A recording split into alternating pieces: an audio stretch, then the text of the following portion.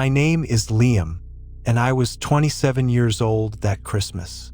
I had been trying to fill the vast emptiness of a lonely holiday night with the technical distraction of my brand new toy. The Viper X80 was a ridiculous, expensive piece of equipment my younger sister had saved up for. A sleek, black predator of a drone designed for professional photography, not for spying on suburban life. The snow outside was falling silently. Thick, wet flakes clinging to the porch light, muffling the whole world into a quiet, cold tomb. It was 11:30 p.m., long after the last Christmas movie had ended and the last cup of lukewarm eggnog had been put away.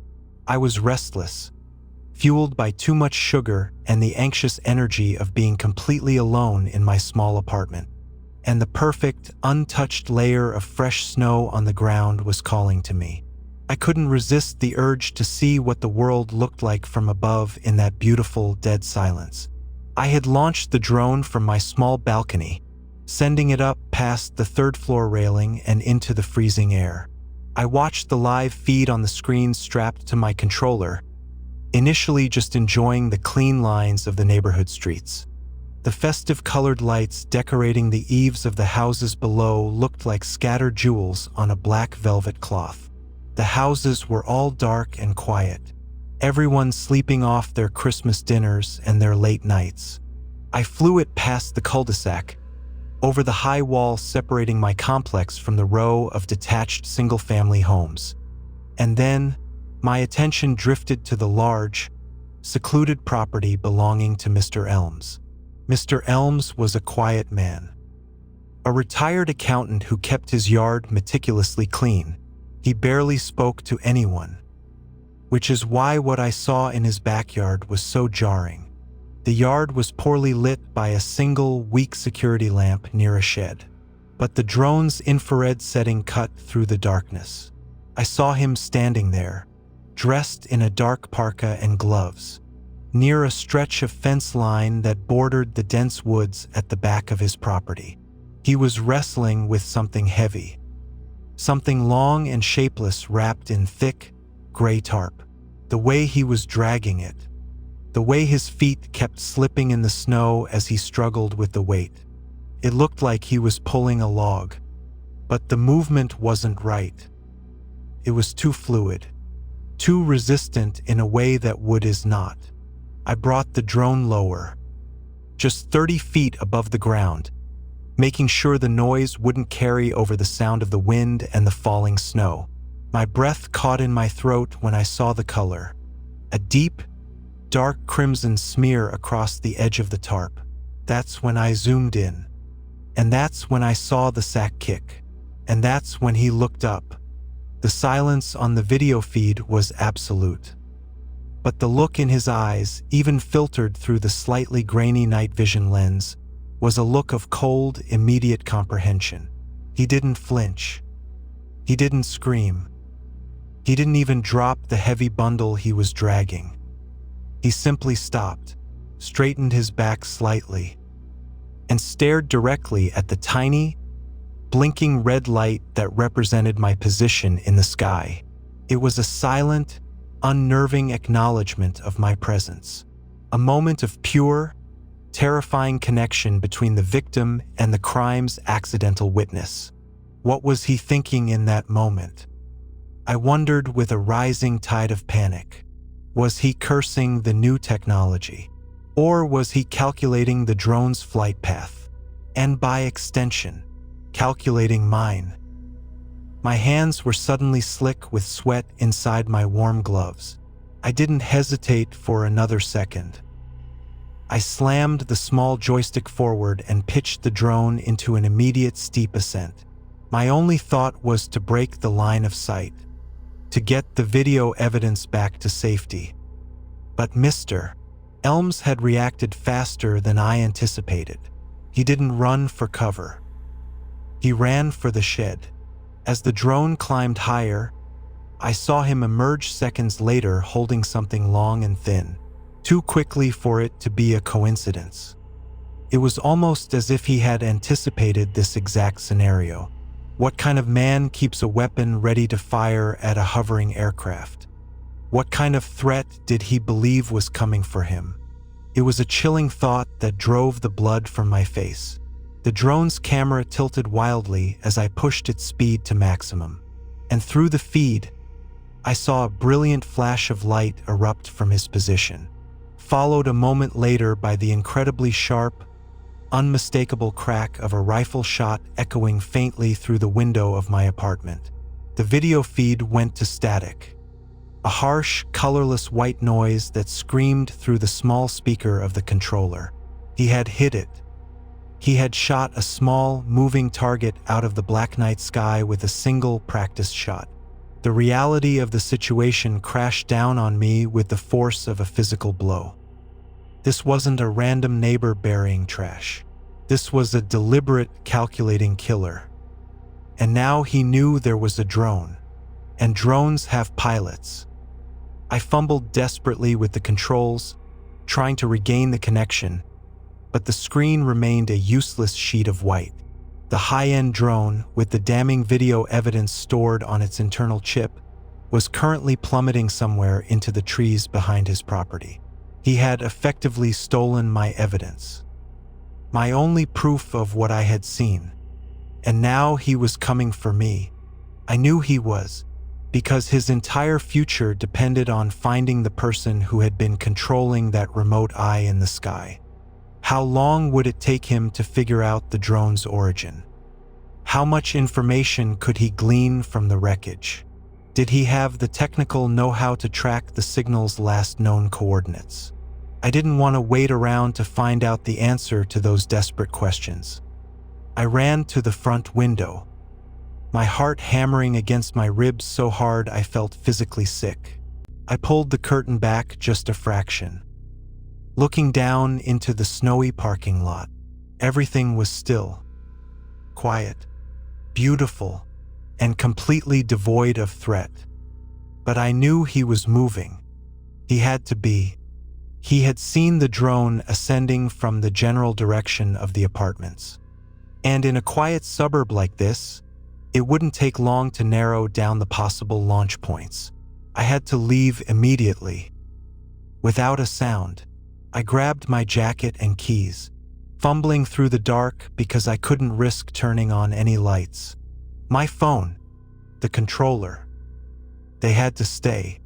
They were proof of my identity. They would tie me to the drone. I had to create distance. The front door of my apartment complex was heavy and required a key fob. No, that would take too long. And the sound of the deadbolt clicking would carry in the dead silence of the hallway. I turned and bolted for the fire escape at the end of the hall. It was a rickety, rusted metal staircase that was rarely used. The door was heavy and marked with a large, peeling sign warning against false alarms. The handle was freezing cold beneath my frantic grip. I pushed it open with a silent heave and slipped out onto the landing. It was pitch black, the only light coming from the faint street lamps filtering through the mesh stairs. I started descending the 3 flights as quickly as possible, trying to tread lightly on the metal steps which protested my weight with sharp, grinding squeaks that felt like thunder in the stillness of the night. Every sound was amplified by the snow and the darkness. I glanced down and saw the silhouette of the bottom landing. And that's when I heard the new sound, a sound I hadn't prepared for. A car door closed sharply, a solid, heavy thud that came from the street in front of my building. He wasn't tracking the drone. He had just driven to my complex. He had a map of the neighborhood. He knew the layout. He was simply using the process of elimination. He was already here. I froze on the 2nd floor landing, my lungs burning with the sharp, cold air. I flattened myself against the rough, cinder block wall, listening intently.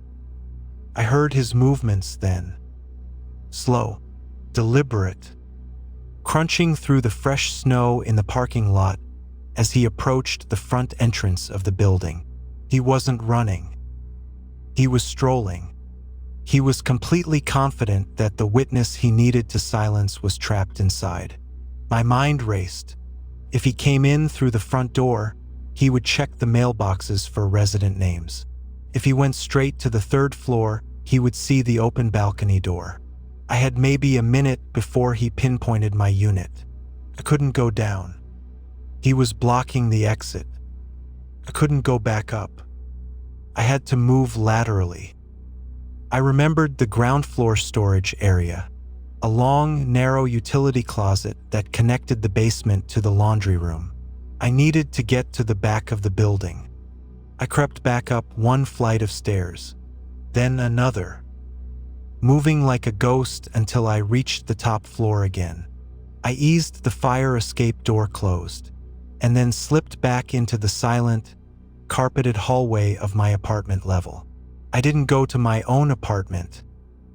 Instead, I crept silently past it, down to the far end of the corridor where the utility closet was situated. I had to try the doorknob. I turned it slowly, agonizingly slowly, praying the superintendent had forgotten to lock it. There was a faint, metallic click, and the door gave way. I slipped inside, pulling the heavy wooden door closed behind me, plunging myself into total, suffocating darkness. The closet was filled with the smell of stale cleaning supplies and damp cardboard. I could hear my own panicked breathing echoing off the concrete walls. I crouched down low behind a stack of industrial-sized air filters, listening with every fiber of my being. I heard the slight, almost imperceptible sound of an outer door opening and closing. The front door. He was inside. His footsteps were muffled by the hallway carpet. Slow, measured. They passed right by my closet. Then they stopped. He was outside my apartment door. What was he doing? Was he listening? Was he picking the lock? The suspense was physically painful. Then I heard him move again. Not into my apartment, but to the end of the hall. The fire escape door. He must have noticed the one that was slightly ajar. He knew I had gone out that way, and he had wasted precious seconds checking my unit. I seized the moment. I stood up slowly, quietly, pushed the closet door open just enough to slip out, and then I ran. I didn't run down the hallway towards the front. I ran in the opposite direction, towards the dark, unmarked door at the very end of the hall that led to the central service staircase. I plunged down the flight of concrete stairs, 2 at a time, my feet barely kissing the ground.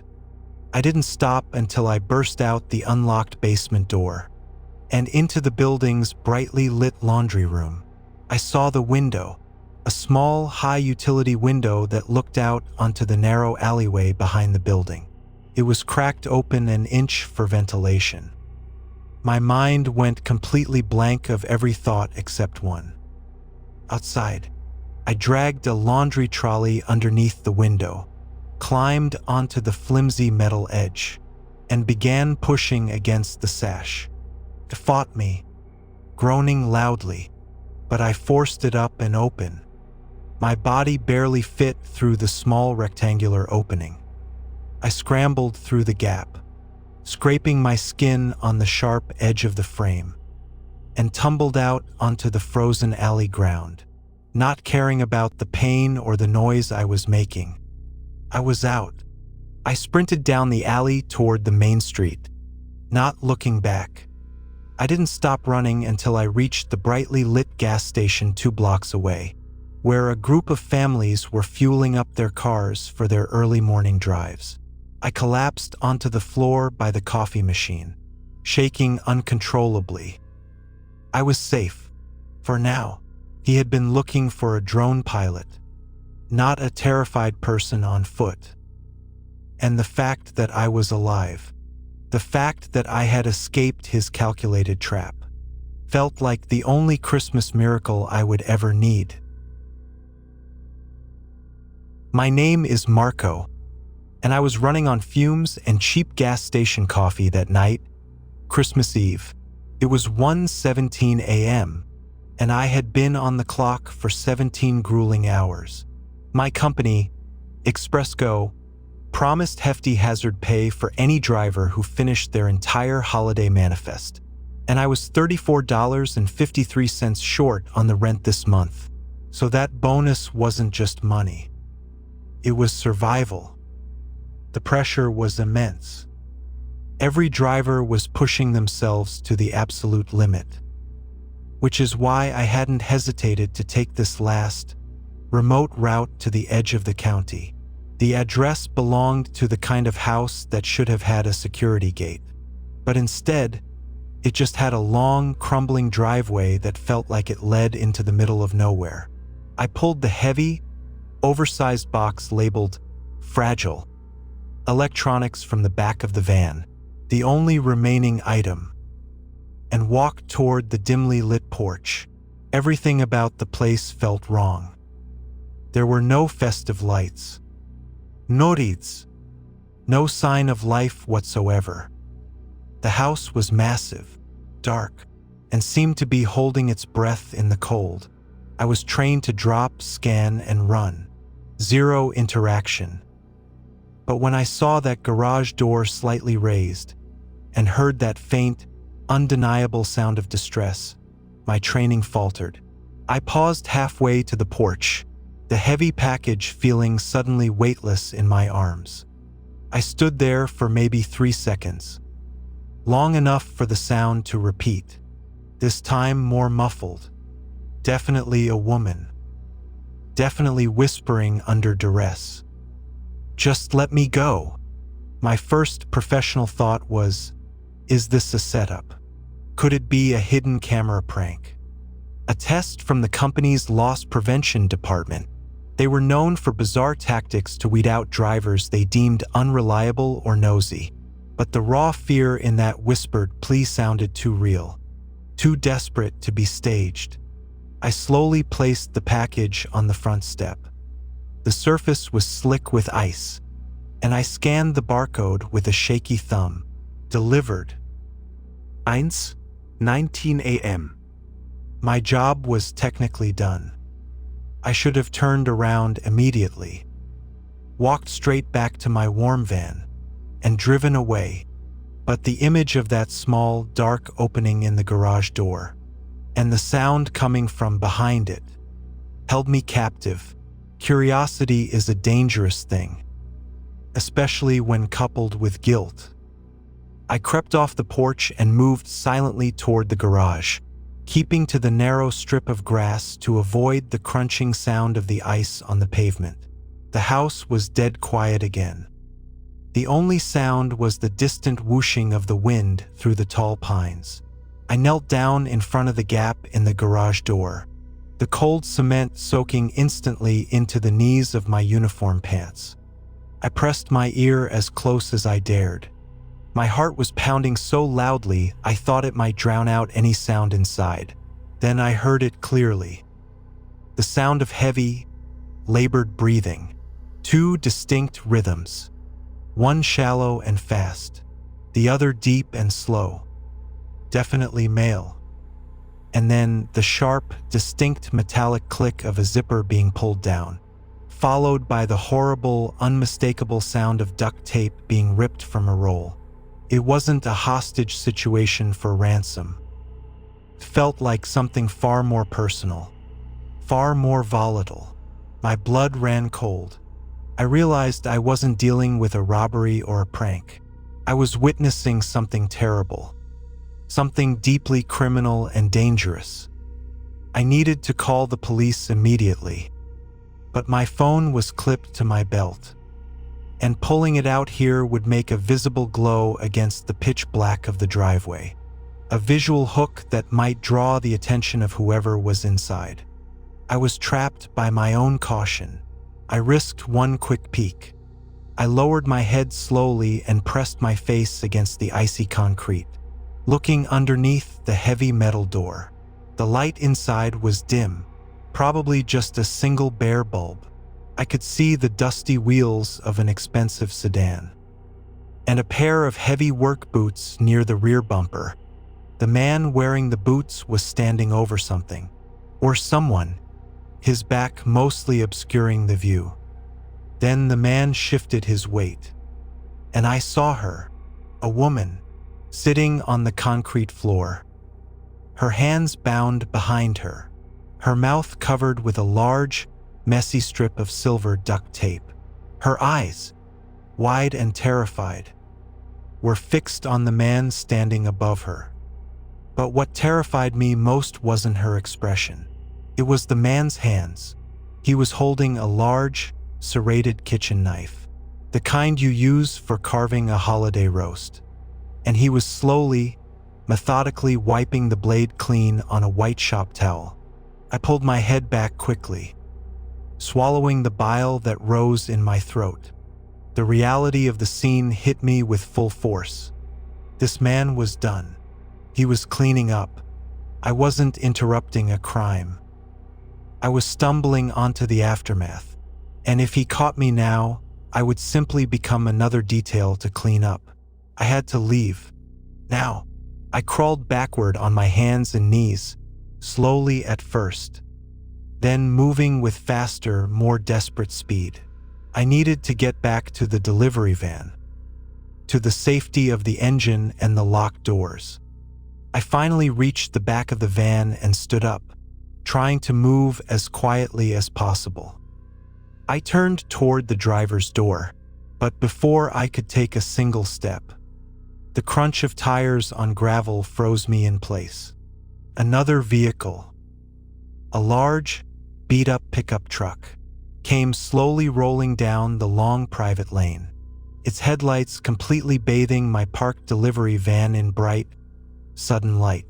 I instinctively dove behind the thick, metal bumper of my van, desperately wishing the snow was deeper. The truck pulled up and stopped directly behind my vehicle, completely blocking the narrow lane. Two men got out, big, rough-looking guys in flannel and camouflage. They didn't look like carolers or holiday guests. They looked like hired muscle. They were working with the man in the garage. My escape route was gone, completely cut off. I could hear their low voices clearly. "Did you get the package inside, Jim? We gotta move before the sun hits." One of them grumbled. The name Jim confirmed my worst fears. The man in the garage had backup. They were waiting for something, or someone, and I was literally caught between them. Jim, the man from the garage, must have heard their truck, because the heavy metal door began to rumble, slowly lifting from the ground.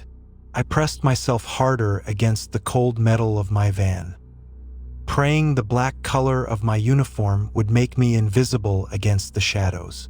As the door opened fully, the light spilled out, and I saw Jim talking to the new arrivals.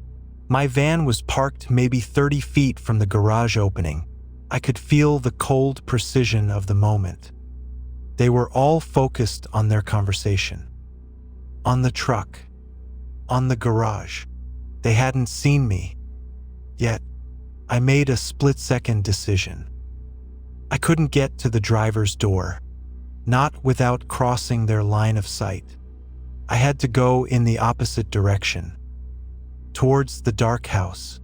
I sprinted toward the side of the Victorian house, running low and fast, the package I had delivered still sitting on the front steps. I hit the side of the house and flattened myself against the icy clapboard siding. The cold air burned my lungs with every ragged gasp. I could hear the men talking in the driveway, their voices getting louder as they discussed the next phase of their operation. I heard one of them mention a back door and the safe. They were burglars, using the distraction of Christmas Eve to pull off a major score. And they had taken a hostage, the woman in the garage. I needed to find another way out, or a way to turn the tables. I noticed a small, old-fashioned coal chute door low on the stone foundation. rusted shut and barely visible behind a tangle of frozen ivy. It was small, maybe 18 inches high, but it was my only chance. I dropped to my stomach, my hands numb with the cold, and frantically pulled at the rusted metal handle. It wouldn't budge. It was locked from the inside. My heart sank, despair washing over me. I was cornered. Then I heard Jim's voice very close. "Hey, I hear something near the house. Did you guys see anyone else around?" The driver would have been gone by now. He was starting to investigate. He was walking toward the side of the house, towards me. I didn't have time to try the chute again. My eyes frantically searched the ground and landed on a heavy, snow-covered planter filled with dead poinsettias.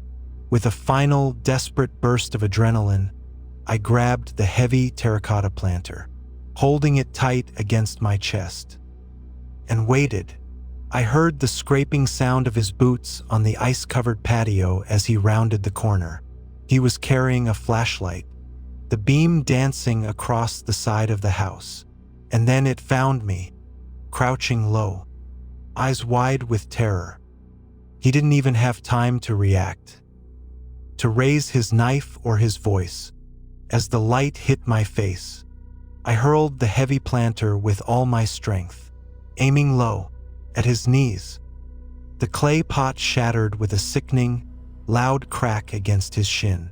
He screamed, a raw, agonizing sound of surprise and pain, dropping the flashlight and the knife. He stumbled backward, clutching his leg. I didn't wait. I didn't think. I ran past him, bolting back toward the driveway. The sound of his scream had drawn the attention of the other two men who were now running toward us from the truck. "He's running. Stop him," Jim roared, his voice thick with pain. I scrambled past my van, toward the woods on the far side of the driveway. I didn't try to get into my locked delivery vehicle. It was a giant, lumbering target. I hit the tree line and plunged into the thick, dark undergrowth, the sound of my pursuers crashing through the branches right behind me. I kept running, not knowing where I was going, just knowing that the sound of those approaching boots meant death. I ran blindly through the freezing darkness until the sound of their shouts grew distant, muffled by the trees and the relentless snowfall. I finally collapsed under a massive oak, gasping, shivering, absolutely defeated. I reached for my phone, the small screen showing the time. I was alive. I was freezing. And I had to find a signal. And then I had to tell the police everything. About the burglars. About the knife. And about the woman tied up in the dark garage on Christmas Eve. The job was over. The nightmare had just begun. But I was out. And that was the only drop-off that truly mattered.